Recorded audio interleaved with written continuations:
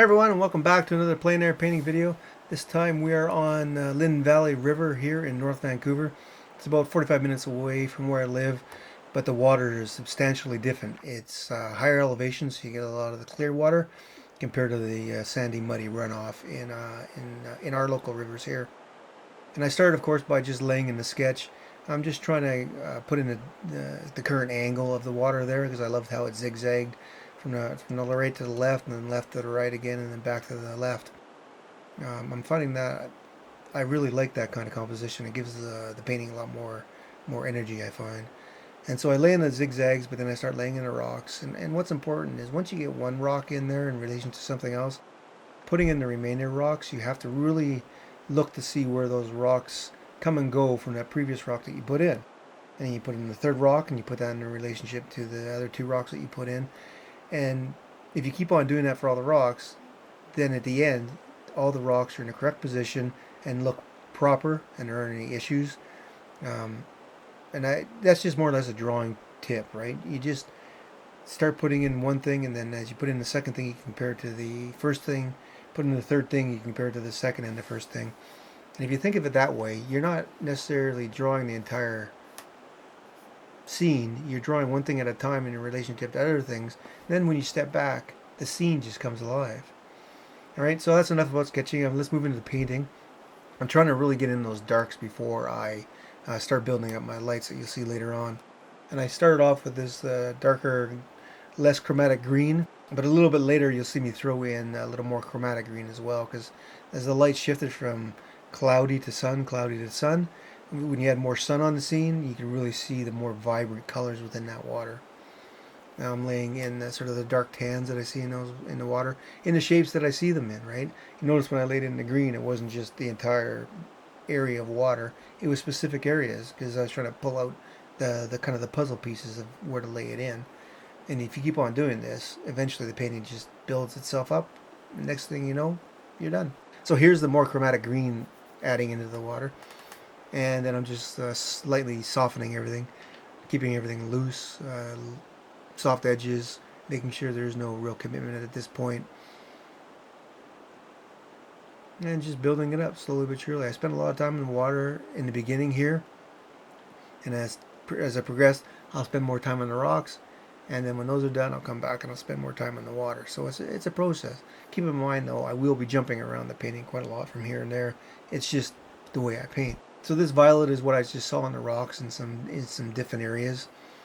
And now these are the mossy greens that we have on the rocks out here in BC. In the lower area of BC on the west coast, you'll see this moss everywhere. I've actually found a good mixture for it, which is Viridian and a transparent red-orange by Gamblin. It really makes some beautiful transparent greens. Kind of reminds me of sap green in a sense, but I find it's more controllable. If you want it cooler, you keep it in Viridian. If you want it warmer, throw in a little bit more orange. And I really like that flexibility. And to getting my darks so I can sort of see where the crevices are between those rocks and help build them up.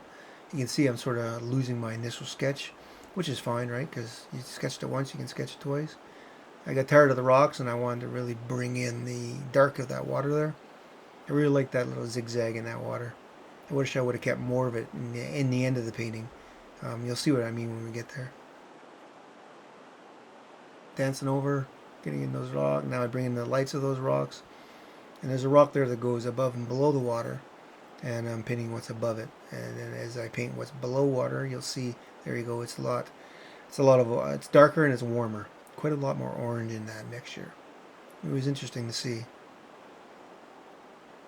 That's what I love about painting, right? You look at a scene in general to appreciate it, but you don't really fully appreciate it until you start painting it and seeing all the different colors in there, all the different chromatic colors, and all the different dull colors. It just changes your whole perception of the scene you're looking at. Now bringing in the sort of the light tones of the rocks here. Just a reminder where the sun's hitting for me. Right, and if you're going to step back, I'm so focused right now, I'm just focused on the rocks and doing the highlights and everything like that. I'm not even concerned. Oh, I'm working actually in the midtones of the rocks. I'm not really concerned about the overall painting, but if you were to just take a second here and look at the entire painting, it kind of looks like a dog's breakfast, doesn't it? I mean, from that initial sketch, I've said this before, the initial sketch looks fantastic. Everything before the final end of the painting is awful. And then when you do get to the final part of the painting, that's when everything comes to life again and you get to resurrect it. It's just not letting that get to you while you're painting. Always knowing that you have a vision and you're just building things up one at a time. Bringing in some lights at the ground plane there. Now building up that shadow on the rock that's protruding from the water. And I'm looking for just values within shapes, whether it's warm or cool, and deciding what the hue is more or less. Bringing a little bit more lights within that ground plane. Now the lighter lights within that rock that's sticking above the water,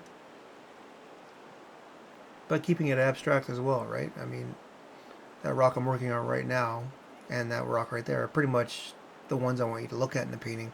The rest are just for context. They exist because it's a rock pile. But the whole idea is to get the sense of the water flow and the turbulence and those two rocks, or what make up the painting for me. Now I'm bringing all these tans within this water. The image itself doesn't show it really well, but when the water is moving and the turbulent water is ebbing and flowing, it reveals the bottom of the surface when it's not so heavy, and you can see all these colors throughout it. And I found that fascinating with this water. It's so different. And then I was just keeping things really loose there, putting that bottom rock, kind of building up all the different values I see, working on a little bit of darks, putting in some more darks, and bringing in how I see the darks with the water and how it flows. A lot of this is just the base that I'm putting in, right? And then I come back to the rocks and I come back down, and here I'm using the rubberized round brush just to get a sense of where the water is. And then I move on to the rocks. I think I'm going to try to get a little more detail in them, a little more emphasis on the rocks. And you see the rock I'm working on right now. I'm just trying to get it a sense of light and dark. And that's really it. I'll go in a little bit later here and rework it with some darks, but then I'll go over it again and really soften it up, because that rock isn't necessarily the star of the scene. It's just there to mimic a rock pile, or if anything. Right, so there I go. I soften it right up and dull it right down. And I work on the rock in the front and the rock in the back. Those are the two rocks that I see for this main scene. And just getting on that moss again. And the other rocks, it's just context. Keeping everything really loose. A little bit of light in there to give it a little bit of dimension, but not too much dimension, right? And later on at the end of the video, when I start putting grasses on them, you'll see how those other rocks just melt right back into the background. And getting the dark within those crevices, I found that was really important. Now, a quick tip for determining what the dark value is to just look at the mid value of the rock, and in the corner of your eye, you analyze, well, how dark the darks are, and that's how you can put them in. Because if you look right into the shadows, you end up looking into the shadows for so long that they'll lighten, and you'll add the shadows too light. So back into the water here, I'm using the like a number 4, number 5 value with ultramarine blue and white, and putting in starting to put in the water here. And think of this as the turbulent water shadows. You don't want to start off too light because you'll have nowhere to go. So you need this secondary base on top of the water to create a sense of depth within the water when you start building it up even more. And even now, just with that ultramarine and white, you can see it's starting to lay down and read as water. And I start bringing in some viridian and white in here. It just gives it, especially when you compare it to that ultramarine blue and white, it really gives a sense of sparkle, a little bit of sense of shine. Working in dots and dashes, the randomness of water. Whenever you're painting water, you got to keep things random, I find. And a little bit larger brush strokes, all in the direction I think the water's going. So in that flat area, it's kind of going left to right, and on the upper area, it slopes down. In this, I get up a little bit higher, than it's a little more horizontal. So it's a little bit smaller brush, trying to get in the turbulent water here with that viridian and white. and then I do a very pale violet, non-chromatic violet here, and I found it was a good complement within the green and the blue.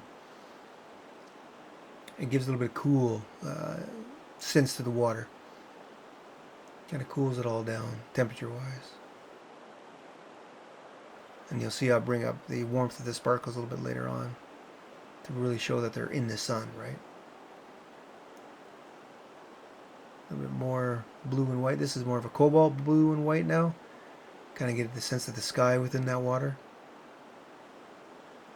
And it's just a build-up of variety of values in different temperature. And throwing in a few more darks within that water. Still got to keep that sense of depth. I lost it there for a little bit, and now progressing on to a really light mixture of yellow and white. You'll see me boost up the amount of yellow that I throw in here a little bit later. But more or less just working in a random pattern. Trying to make it feel like water. Trying to make it sound like water. A lot of dots, a lot of dashes. A lot of squiggles. Trying to keep it random. At this point, I'm barely looking at the scene. I'm just looking to see where the pattern of turbulent water is, but not necessarily when I put down every stroke. So at this point, it goes by feel. Where are these turbulent water areas splashing and sparkling? And I'll build on top of this again. So this isn't the final layer. It's just a build up to the final layer. Right here I work in a little more chromatic yellow, I believe. No, it's still the same yellow. Or pale white and yellow.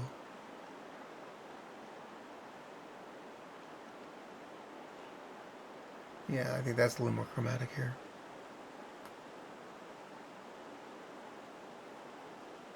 And we jump into the high chroma yellow there.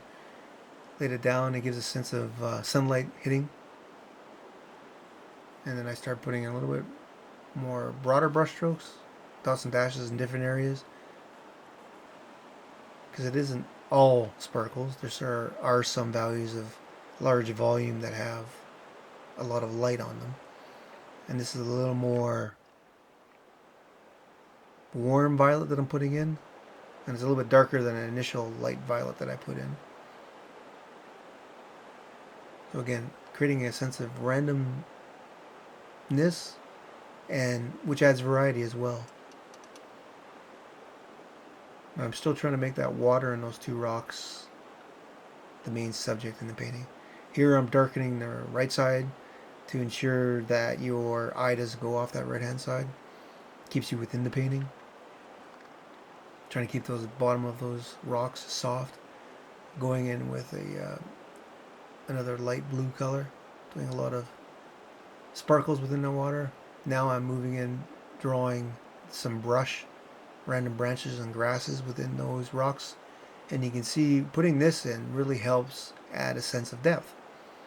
And so that rock in the upper right hand corner now, it's different context.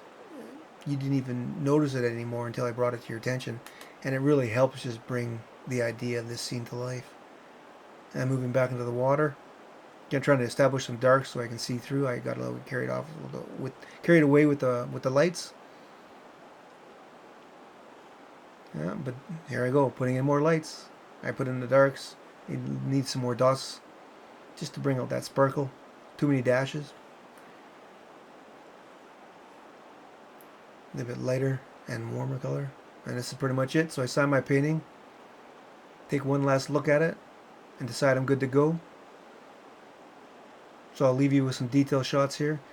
Now if you've enjoyed this video, hit that like button, share with your friends, and if you'd like, follow me on Instagram at michaelking.ca.